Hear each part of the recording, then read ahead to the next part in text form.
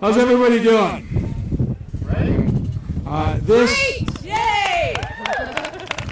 This is a day that we have been waiting for more than a year.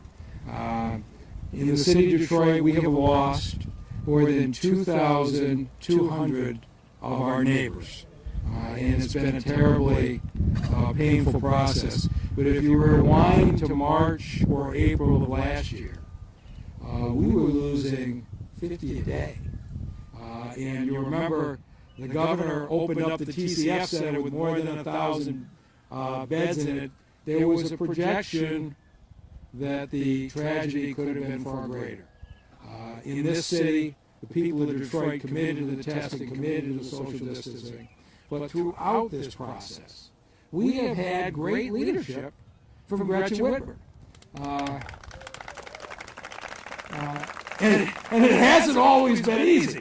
There was one week where they were marching on her for not starting high school sports, and then they were beating up on her for having loosened things up too quickly. And I thought, this is a tough job, because no matter what you do, you get second guessed. But what we saw was a calm, thoughtful, steady response. And I have to take some credit, since she stole the city health director, Dr. Joné Calhoun, just in time to lead that effort. But now we're reopened. People can begin to re-engage, and we're going to have to still be vigilant. We've got more people that need to be vaccinated, and make no mistake. This fall, this Delta variant, we're going to see this come back up again. It's going to happen if we don't get vaccinated. So none of us are slowing down on the efforts. Please keep talking to your friends and relatives that haven't been vaccinated. I haven't met a single person, and I've talked to lots of people that are getting vaccinated. I haven't had a single one that didn't call me afterwards and said, thank you so much for convincing me to do that. The stress that's out of your life, the ability to see your loved ones and not worry, makes all the difference. And so I'm really pleased. This was a place where Rochelle Riley hosted, I think, the country's single finest memorial to the people we lost during COVID. And now this island is a place of celebration that says life is coming back to normal. And with that, I want to introduce a resident of the city of Detroit and our partner from beginning to end, Lieutenant Governor Garland Gilchrist. All right, thank you, Mr. Mayor, and welcome everybody to Belle Isle State Park in Detroit. I'm really proud. See, I didn't realize we were going to do this press conference from literally right here, because about 8 days ago, I was flying kites with my children right here at that picnic table. So this is a really great place to come and to mark progress and to celebrate the state of Michigan moving forward. I want to thank Mayor Duggan for hosting us today. I want to thank Dr. Joné Calhoun for her just fearless and forthright leadership during this pandemic. And we have some great folks here. Yeah, please. I'm going to brag on her some more later. Just give me a minute. But I also want to acknowledge the fact that we have some folks joining us today. We have Tisha, and we also have Tiffany from Delicious Dog 313. This is about how we can fully re-engage people in the types of activities that we miss, including getting hot dogs from food trucks. So everybody please go and celebrate that.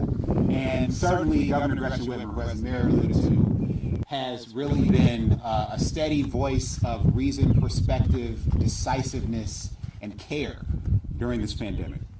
I want to thank all of you. We have so many friends here today for joining us at Belle Isle. We are here to salute how resilient the people of Michigan are and how resilient we've been for the last year and a half. This marks a turning of the page on this pandemic, and doing so on our own terms. But the journey to get here was not easy. It's been a very difficult and challenging one. At the start of the pandemic, the city of Detroit was one of the epicenters for the depths of despair, cases, and deaths from COVID-19. And as a Detroiter, I felt this personally.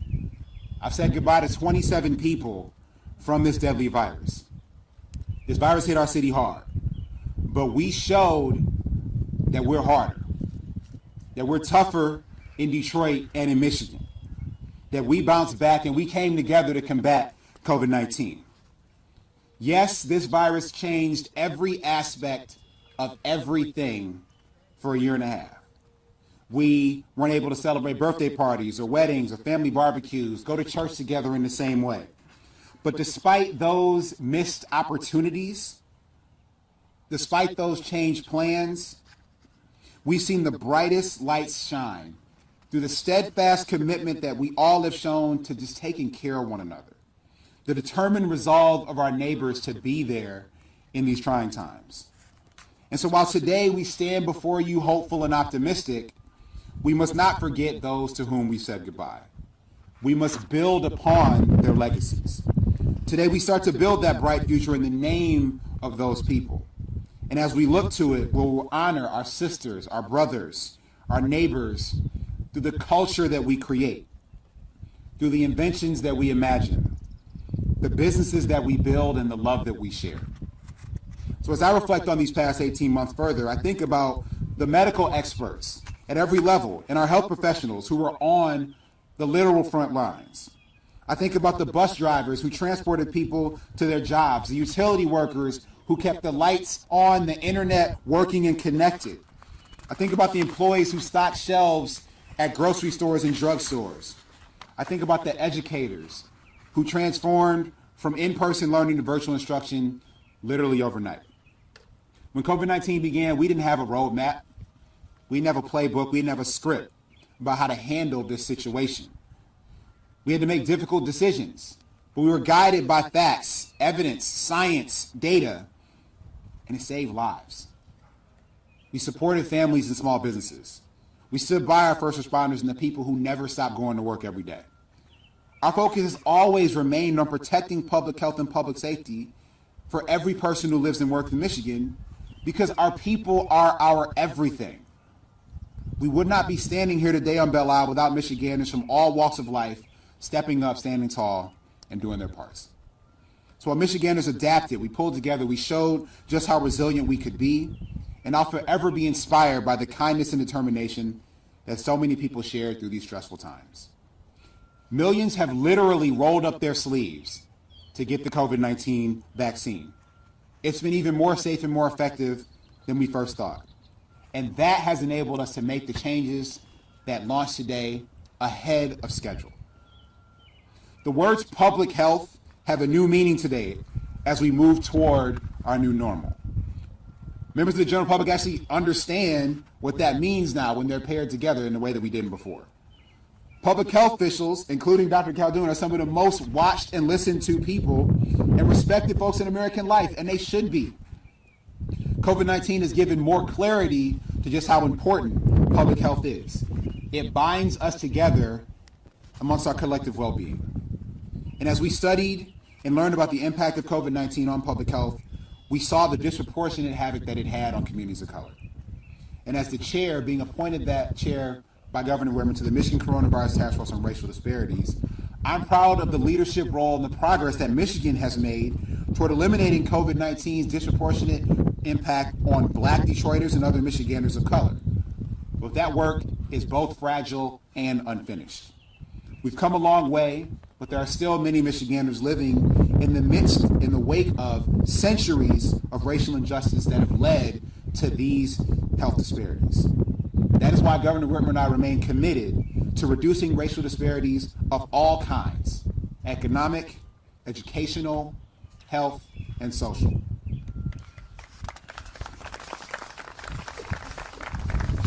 I want to close with the words of Macy Jameson. She was the first Black woman to go to space. And she once said that the best way to make dreams come true is to wake up. Well, the sun is rising as the darkness of this pandemic recedes and gives us a bright, beautiful day like today. It is time for all of us to both wake up and rise up and move forward toward the prosperity that is possible as we again unlock the full economic potential of the people of Michigan. So now, before I turn the podium over to Dr. Jonae Khaldun, I want to thank you. I want to thank you for your example. The people of Michigan and I are so grateful for your leadership, your expertise, your tenacity, your knowledge, your professional experience and compassion. It has been invaluable to our state and frankly a beacon to our nation, as she is now part of the COVID Equity Task Force appointed by President Joe Biden and Vice President Kamala Harris. There's no wonder why they asked you to be in this leadership role. Just thank you for everything that you have done, that you're going to continue to do for the state of Michigan. We could not have done this without you. And so with that, I turn the podium now over to the Michigan State Chief Medical Executive, Dr. Jonae Calhoun. Wow, thank you. Thank you so much. Good afternoon. I'm just so humbled and so excited to be here today on such a very just glorious occasion of releasing the epidemic orders. And I, of course, have to thank Mayor Duggan for bringing me back home over 5 years ago. I had no idea what I was signing up for, but thank you for bringing me back home from the East Coast. And of course, to the Lieutenant Governor and the Governor, thank you for asking me to come up to Lansing and for believing in me. I truly, really appreciate it. Thank you. And also, I'd say for all of your bold leadership throughout this pandemic. So the past 15 months of fighting this pandemic has been grueling and something that I certainly never imagined that I would be doing, and I think none of us could have ever imagined we would have to experience. Over 893,000 Michiganders have been infected by this terrible virus, and over 19,000 Michiganders have lost their lives.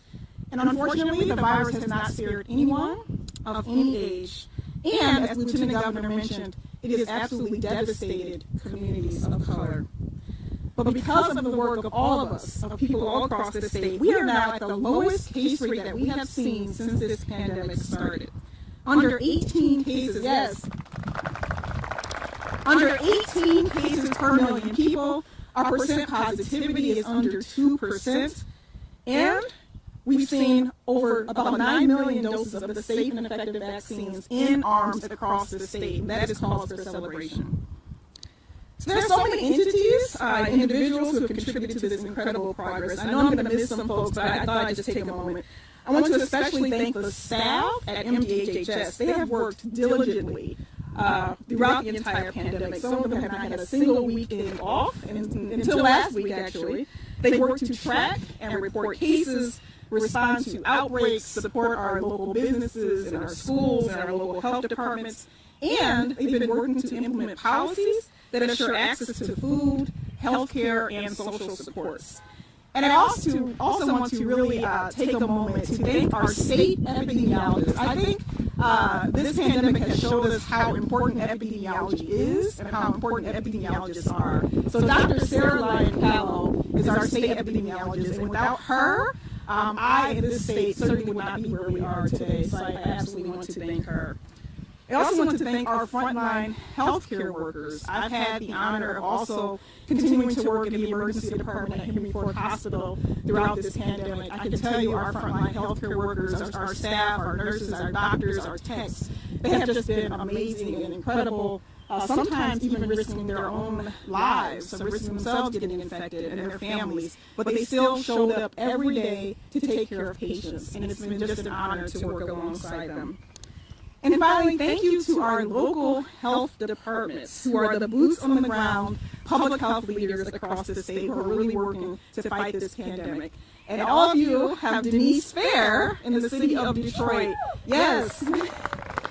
She has just been incredible. I was just so honored to pass the baton to her, the Detroit Health Department, and she has helped save so many lives here in the city. So thank you for your leadership.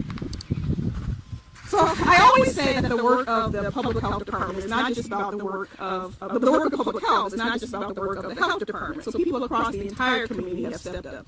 Many of you, businesses, hospitals, school districts, community-based organizations, and just everyday people.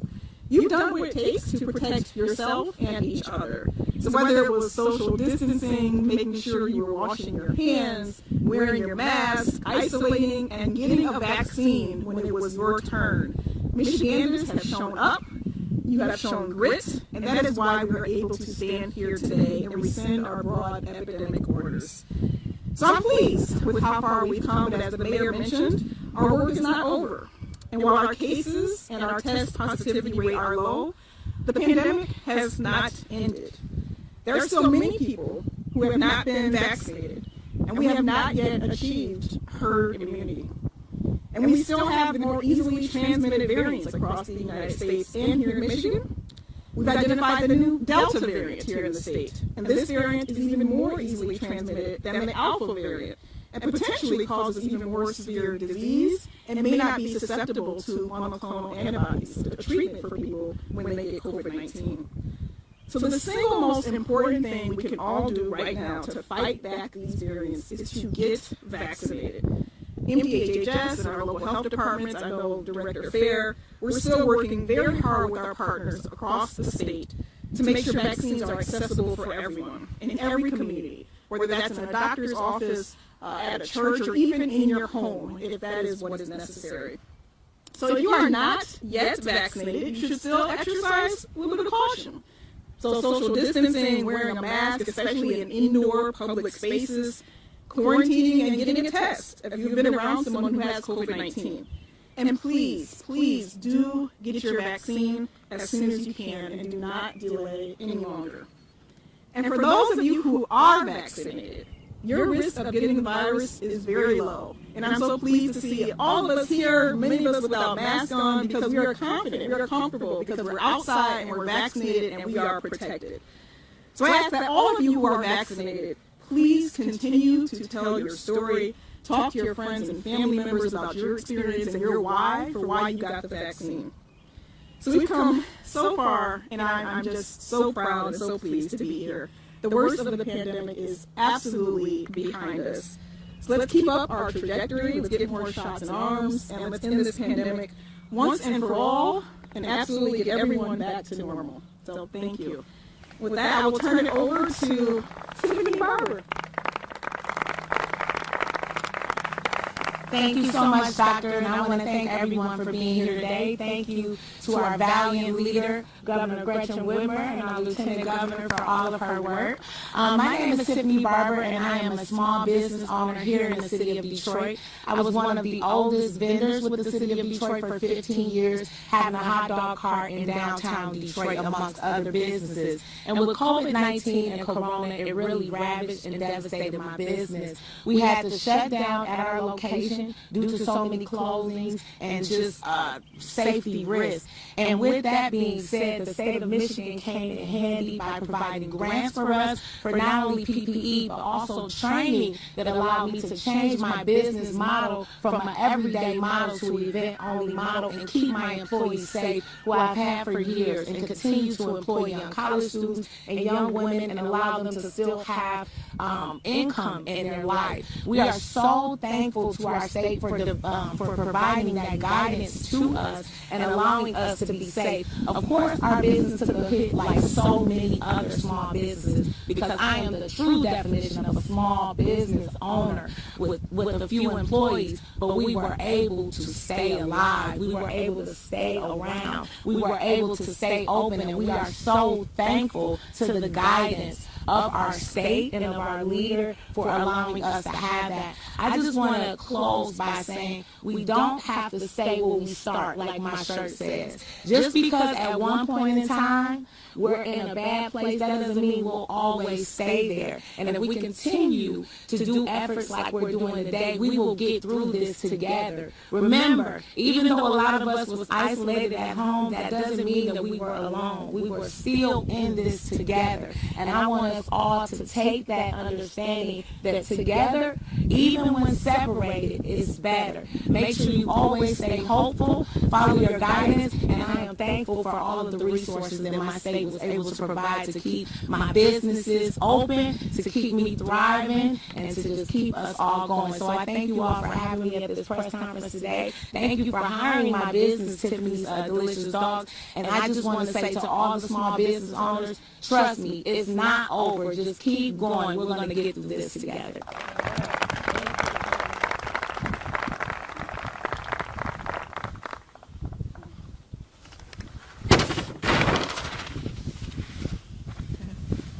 Hello, everybody. Allow me to introduce myself. My name is Tanisha Nesbitt. I'm a Wayne County Community College District student, Phi Theta Kappa member, and thanks to our wonderful governor, a Michigan Reconnect recipient. As a single-parent mother whose daughter was born with multiple medical needs, I can't begin to express how deeply grateful I am for the bridge over, as I put it, troubled waters that I was facing. Without the Michigan Reconnect program, I would not be able to have this bridge and opportunity to continue pursuing my educational endeavors of becoming a nurse and a friend to the sick. I can only tell you that as a single-parent mother, every nickel and dime matters. Every opportunity counts, and thanks to our governor with her unwavering convictions about the pandemic and about giving individuals like myself opportunities, I don't know what I would do. I don't know where my daughter and I would be. And so without further ado, I would like to introduce our governor of the state of Michigan, Miss Gretchen Whitmer. All right. Well, thank you. Tanisha was wonderful. She came up with notes and she never even looked down. So I'm glad to be here with all of you. Mayor Duggan, who's been such a great partner and such phenomenal leadership here in the city. Dr. J, who I stole from you, but I'm so glad, guiding the work that we did every minute. She's the person I spent maybe the most time with, but obviously my partner, the Lieutenant Governor, is right up there, maybe 1 and 2. They're vying for how much quality time we spent together last year. We are joined by a number of people here today, and today is an exciting, happy, joyful moment. This is an exciting announcement that we are now dropping the EPI orders. Effective today, there is no more mass or gathering order. Effective today, there are no more capacity limits, indoors or outdoors. Effective today, our Pure Michigan summer is back, and we can realize it. So we wanted to come to beautiful Belle Isle to acknowledge this momentous moment, to celebrate how far we've come, to honor those who we lost in this tough, awfully hard year for all of us, but to be here together and to be joyful, mask-free, and to be able to greet one another in ways that we couldn't over the past year. Now, I know we've started so many conversations with, how are you coping, or how are you holding up in these unprecedented times, right? And there's a reason. It's been a grueling 15 months. I think Dr. J used the word grueling. That is the perfect word. We've all been pushed to our breaking points, physically or emotionally, mentally. Many of us have lost loved ones.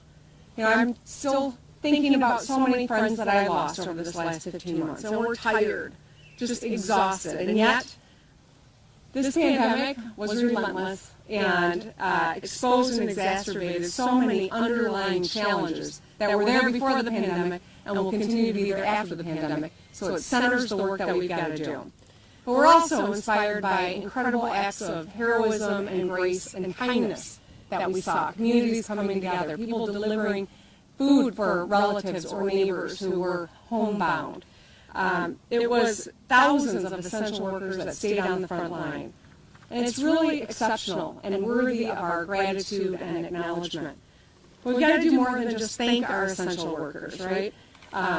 Last year we created the Futures for Frontliners. This is a program that is an opportunity for skills for people who did stay on the front line, those who stocked our grocery shelves, as the Lieutenant Governor mentioned, or who kept us home and our lights on when we all had to stay home. It's a program that's the first of the kind in America, and I'm hoping other states will copy us. I know lots of governors steal each other's good ideas and never give one another credit, but I'd be happy if others stole this idea. Because this is replicated from the, after World War II, when we were able to pay for college and skills opportunities for those who served our nation. That's what this is about. 85,000 Michiganders have been accepted, and over 15,000 are already currently enrolled in classes. Our Futures for Frontliners, which Tanisha so beautifully spoke about, is an important ability for people who are 25 and up to get enhanced skills so they can get into good paying jobs. And today I'm proposing that we use $100 million, which is a fraction of the billions that the Biden administration has sent to Michigan, to fully fund Futures for Frontliners.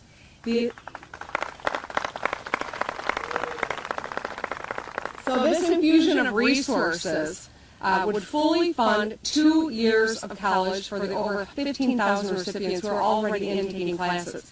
And it would allow us to expand the program to cover those who are unemployed because of the COVID surge this winter. And this is what we've laid out in my budget. Every day throughout this pandemic, our frontline heroes woke up, they put on their masks, they got to work on behalf of their fellow Michiganders. They saved and contributed to the saving of countless lives in our state. And so it's not just gratitude, but it's opportunity that we want to create for them. Additionally, I want to once again acknowledge and lend my strong support for hero pay for our essential workers as well. With the billions in federal funding coming to Michigan, a one-time disbursement of hero pay would honor essential workers who selflessly stayed and put themselves at risk to take care of others. I was with SEIU at Mission Point last week talking with nursing care workers who have done so much to support our elderly population. But this is also about teachers and truck drivers and custodians and carpenters and correction officers and nurses and grocery store employees. This one-time hero pay would go a long way toward acknowledging the incredible sacrifice that they made on all of our behalf. I appreciate Rochelle leading the clapping. Thank you, Rochelle. As we look ahead, we've got a lot to look forward to just beyond a beautiful summer, right? We've got an unprecedented opportunity to use this $3.5 billion surplus, all right? 12 months ago, we thought we were going to have a $3 billion deficit. We now have a $3.5 billion surplus.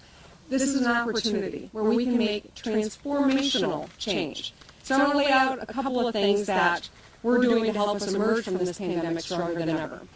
There are broad economic issues that we face as we continue our comeback. We need jobs that pay higher wages to attract applicants. Small businesses need capital to ramp up hiring and boost investment in their internal operations. And childcare is plainly out of reach for too many Michiganders. So to address these changes, we've introduced the Economic Jumpstart Plan. This is a plan to boost wages to at least $15 an hour by giving businesses grants to cover the difference between the wage they pay and $15 for the next 3 months. This is an investment of $1.4 billion in addition in child care.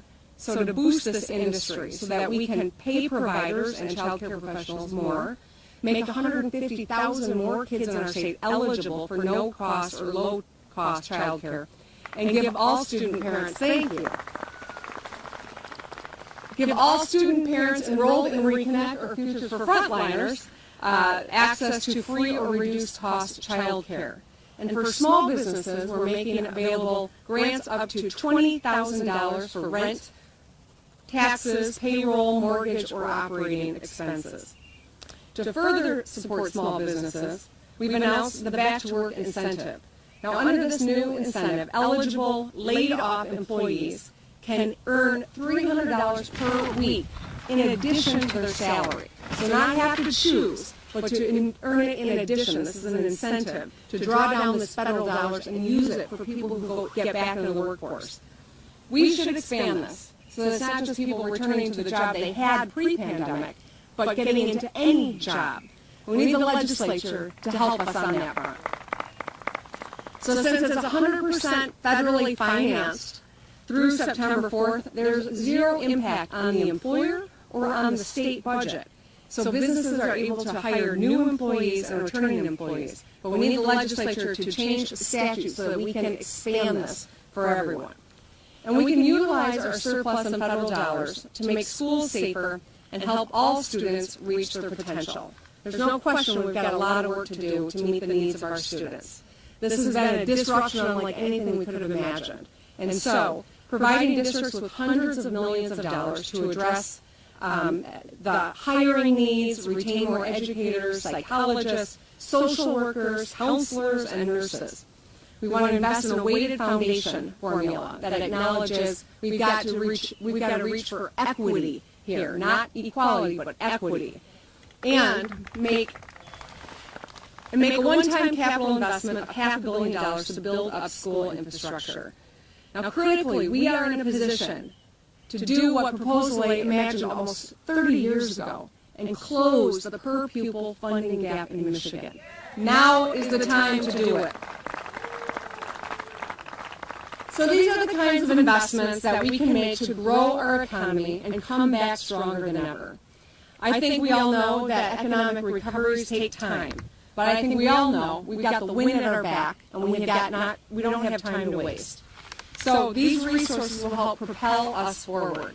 We've got a big task ahead of us, but we are up to this task because we know Michigan might get knocked down like everyone else, but we dust ourselves off and we help one another get back up.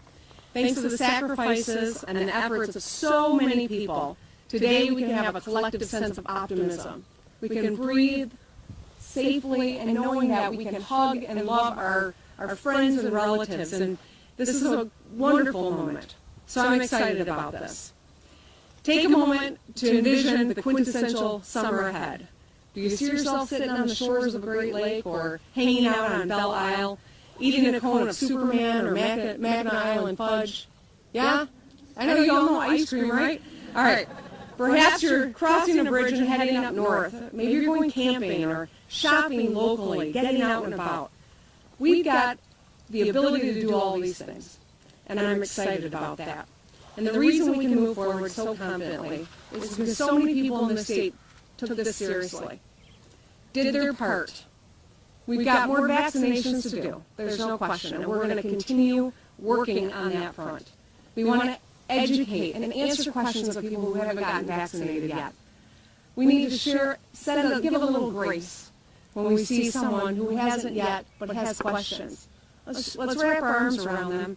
Let's keep them safe, but also let's work to make sure that we get them vaccinated. Because right now we do know that the Delta variant is real, and we've got to take it seriously. But let's take this moment and celebrate the end of the epidemic orders, the opening of a pure Michigan summer, and the opportunity that lies ahead as we gin this economy back up. So thank you all for doing your part. Thank you for being parts of the solution and supporting one another, and thanks for being here.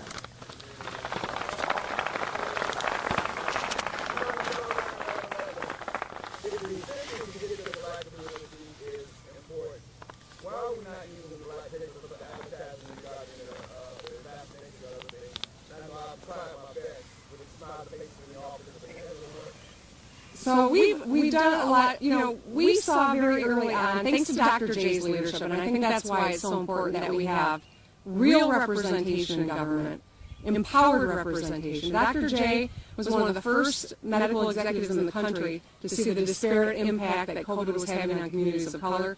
We jumped into action. We created the task force on racial disparities. We did outreach. We saved thousands of lives, not just here in Michigan, but other states learn from us. So we've done a lot of outreach in the community. I know you've got a specific question because it's personal. And none of them got asked from you or the doctor, let alone from the city. But you see in the other papers that you talk about black people, but you won't talk to the black people about black people. The black press. I think let's continue this conversation. I appreciate where you're coming from. I see and recognize the value in talking right to the people who are trying to persuade and support. And so that's a conversation I think we should continue after the press conference. We have just a few minutes for questions on re-engagement or a jump start. As we talked about with the restrictions, also efforts to take away your ability to have restrictions in the future. We're hearing that they're holding that hostage as they're negotiating the budget. What is your message about the ability to have these restrictions implemented by the governor's office or the health department? And what are the risks with us not at herd immunity yet? So you asked two big questions. I'll just start with this. We have serious needs across the state, and the federal government has sent us billions of dollars. We need the legislature to appropriate those dollars so they can get to the people that need it, whether it's people who need access to health care, or it's students who need support as they get back into school, or it is businesses that were left out of other programs and they need a little help to survive. That's what these dollars are for. And the legislature has not yet appropriated them. We need to get this budget done, and we need to get these federal dollars deployed. Other states are moving faster, and that's precisely why it's important that they can't hold this hostage, because the people of our state need help now. Now, I've told the legislature I'm willing to have all sorts of conversations about improvements we can make to epidemic orders in the future. It'll probably never, ever, never have to be used again under my watch. And I hope no governor in the short term will ever have to even visit these powers. But if they do, they're going to need to act swiftly to save lives just as we did. And that's why I'm going to make sure that governors going forward will have the ability to take action to save people's lives. There will be a Republican governor in the future. There will be a Democratic governor in the future.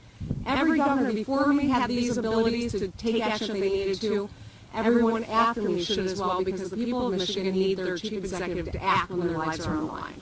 Majority Leader Durkee, the Republican, suggested that he didn't see the logic in your administration encouraging people to go back to work and giving them an extra, giving them $300 to help them along.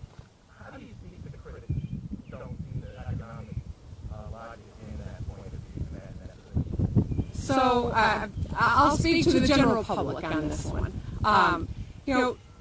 People have been laid off. They have had to leave their workplace to take care of kids who are out of school. People have been through an incredible amount of stress. Our federal government came to our aid by sending unemployed people a little extra help so they could keep a roof over their head, keep their water on, put food on the table. This help has been a lifesaver for so many people across our country. Michigan is not unique on that. But the fact of the matter is, so long as we've got lack of access to child care, that's a complete barrier for people getting back to work. So long as people are worried about their health and safety, they're going to have a lot of misgivings about getting back into work. So what we wanted to do was not to say we're going to penalize you for going back to work, but we're going to support you. And you can still draw down this $300, and you can use it as an incentive in addition to your paycheck. Now, it's about $1 billion a month that's coming into Michigan. This money goes right into our economy, right into small businesses, right into paying rent and the foundational things that people need. And so to wage the kind of class warfare that some want to and penalize people who are on the fringes struggling to get by, I think is the wrong thing, and it hurts too many people. And that's why we want to use these resources as an incentive to bolster a paycheck. If you jump back into the workforce, you won't be penalized for it, and in fact, you'll be rewarded for it, and you can draw down that $300 a week. Governor, now we've been hearing preface that the pandemic is not over. We have a variant, Delta variant. In the fall, things could go up. Do you feel that our vaccination numbers so far will protect Michigan from having to go back into epidemic order? Well, I'm pleased with our vaccination numbers. Certainly, I would like to see us get to 70% as quickly as possible. We're doing a lot of work to meet people where they are, working to get right into neighborhoods, partnering with churches, for instance. I mean, there's a lot of work on that front that is happening. There's no question that this Delta variant is real. That's what viruses do, right? They mutate, they change, they morph. And at this point, these vaccines are still the best tool that we have to stay safe. And that's why we've got to encourage people to get vaccinated. Now, our legislature has not embraced this. I'm grateful for people like Stephanie Chang, our senator who is here, Senator Bullock who is here as well. I know we've got Representative Tanadar and Representative Carter was here as well. I'm grateful for their leadership. But the majority in our legislature, the Republican leadership, has not done a lot to help our efforts to get people vaccinated. And that's one of the things that we're working to overcome. We also want to make sure people get their questions answered. And this is work that takes a lot of time and energy, and it would be great if the legislature would come together and support our efforts and do their part to encourage people to get vaccinated.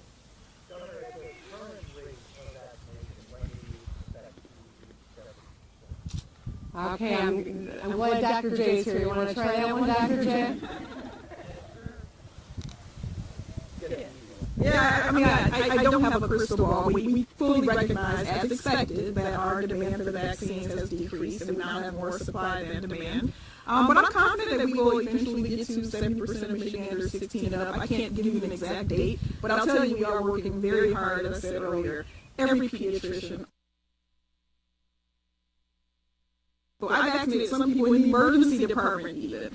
So we are doing everything we can to get out into neighborhoods and make these vaccines as accessible as possible.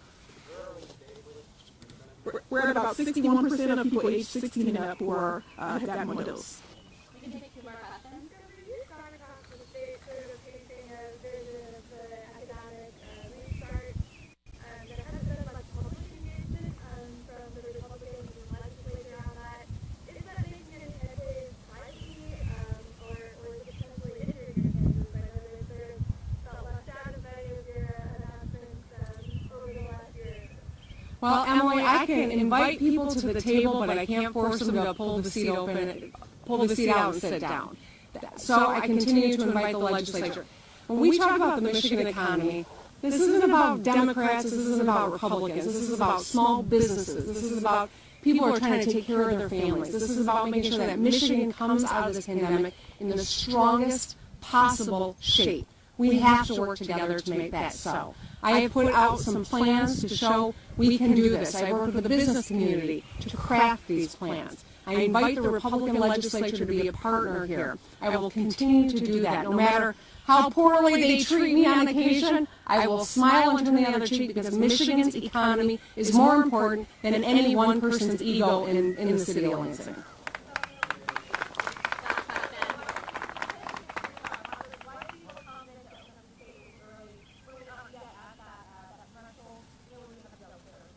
So one of the words that we all have lived by over the last 15 months is nimble, right? We are watching the data, we are listening to the experts, we are pivoting when necessary. When the CDC changed their mask guidance, we had to move quickly. It was kind of a surprise, not necessarily a welcome one from some of our perspectives, but they did, and we were nimble. At this point in time, our COVID numbers have plummeted, hospitalizations have. Our vaccination rates continue to climb, albeit a little slower than I'd like to see, but they're continuing to move in the right direction.